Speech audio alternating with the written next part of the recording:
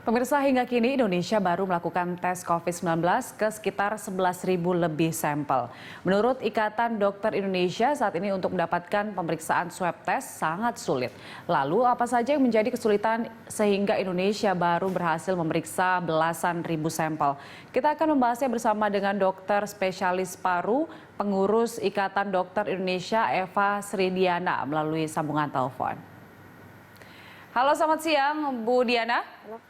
Ya, halo, selamat siang. Iya, sebenarnya apa yang menjadi kendala sehingga pemeriksaan swab test ini di Indonesia sangat sulit dilakukan?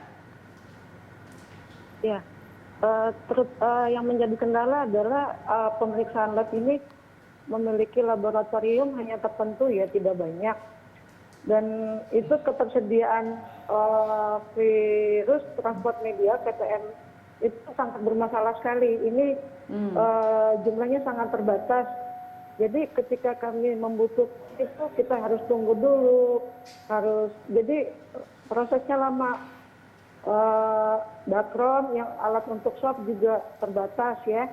Jadi laboratorium ini karena jumlahnya terbatas, juga alatnya terbatas, tenaga ahlinya juga terbatas. Baik. Karena keterbatasan itu pemeriksaannya jadi lama, kita pun hasilnya lama. Nah, pada kasus kita selalu bermasalah sekali itu dengan VTM-nya, virus transport media, yang kita butuhkan untuk pemeriksaan pasien-pasien ini. Sementara kami sangat-sangat membutuhkan swab tenggorok ini.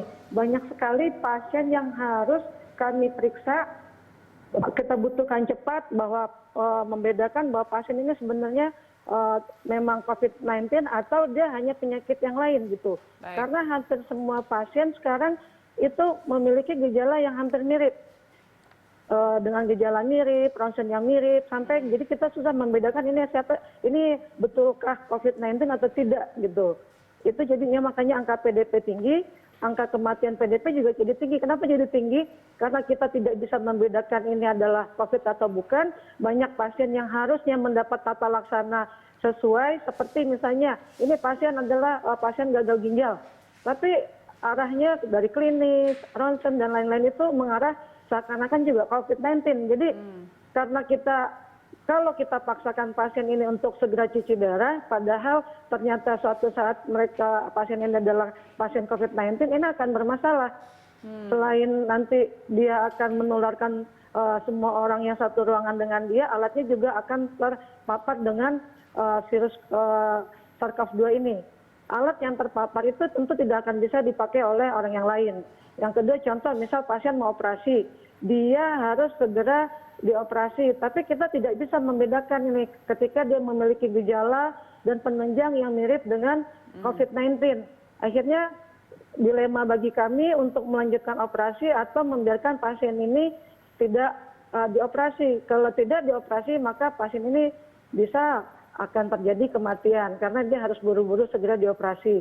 Sementara kita tidak punya alat yang mendeteksi cepat untuk membedakan bahwa pasien ini sebenarnya bukan COVID-19 gitu loh. Nah, kalau pasien COVID-19 kita operasi, selain di meja operasi nanti dia bermasalah, bisa gagal napas.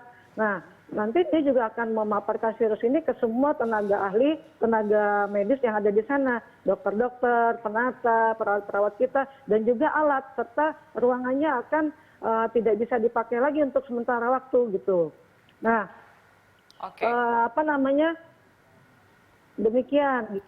Kita sangat-sangat butuh cepat dilakukan rapid test secara PCR. Nah, sementara VTM itu sangat-sangat terbatas. Bahkan kita tenaga medis yang terpapar dengan keadaan harus butuh segera pun, apalagi Sabtu Minggu itu libur, laboratoriumnya banyak libur, akhirnya ditunda. Nah, lihat pasien-pasien yang gagal ginjal tadi butuh HD segera, yang butuh operasi segera, dengan adanya terlambatan ada ini, yang dengan keterbatasan adanya, itu akan menyebabkan angka terlambat dalam penanganan menjadi tinggi. Demikian, Mbak. Baik, artinya memang kita masih kekurangan begitu ya fasilitas terutama dari laboratorium, tapi kita harapkan semua tenaga medis yang menangani COVID-19 ini bisa terus konsisten dan sehat untuk bisa menangani para pasien. Terima kasih Ibu Eva Sridiana telah bergabung bersama kami siang hari ini.